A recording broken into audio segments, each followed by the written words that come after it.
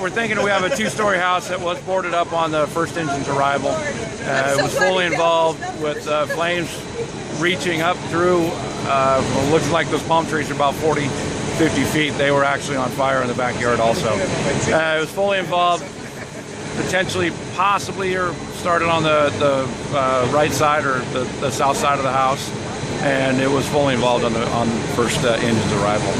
We were worried about the house next door. They were starting to infringe on what we call the B-side exposure.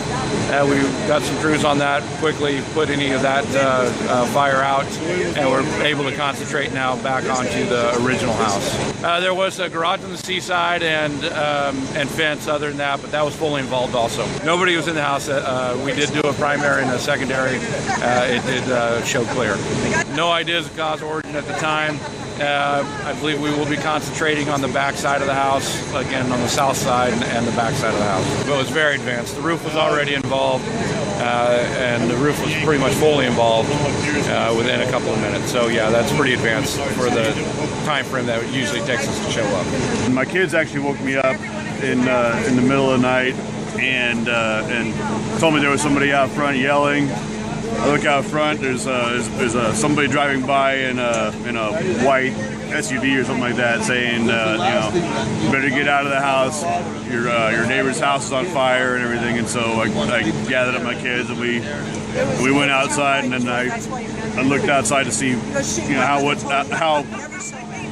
what the threat to my house was. It was already well in flames. The flames were already shooting up a good 15, 20 feet above the roof line by the time we got out here.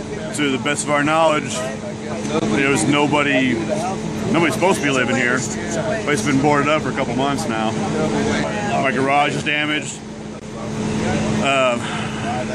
partly from fire, partly from firefighter access. Looks like the living area is probably okay, but I can't tell. Scary. It was a bit scary. I was worried about, my kids and I were out here, so I wasn't worried about that anymore. I was very concerned about, my investment in my house.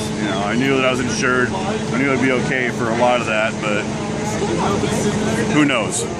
Insurance is insurance. I don't know what I'm going to be able to get paid for. I woke up to a lot of noise. I actually thought there might have been a car accident or whatever. It's kind of banging, and I happened to look out the window and saw that the house was engulfed in flames. Called the 911. My wife ran across the street to wake up the neighbors to get them out of the house. And you kind of see the devastation. Pretty brutal. A lot of fire. A whole lot of fire. It was a pretty big time adrenaline rush, actually, frankly. Yeah. 4 o'clock in the morning, it's not what you want to wake up to. The house has been boarded up for probably the last couple of months. We've noticed that there have been folks kind of in and out of that backyard. There's no fences down. Tried to call the county, say, hey, look, we've got a couple of problems. Don't think they belong there. Maybe some squatters going on, some activity that's maybe a bit suspicious.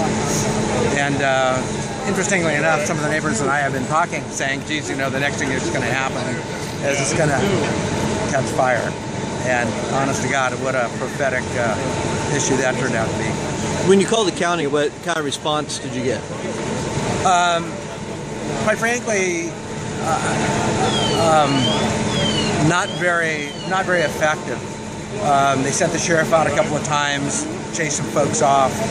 I think their hands are a bit tied based on not being able to go into the house, of course, without probable cause.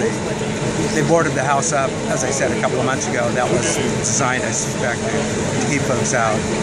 The owner seemed quite unresponsive to do anything about it. So it was just an attractive nuisance. Collectively, we've tried just about everything.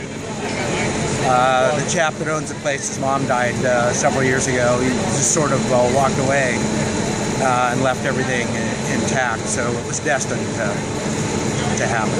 But obviously, if somebody's residing in a home that they're not supposed to, if the power has been shut off previously by SMUD, then it will pose some issues, especially now that the weather's getting a little colder. People use some alternative heating source, which usually obviously poses a lot of risk.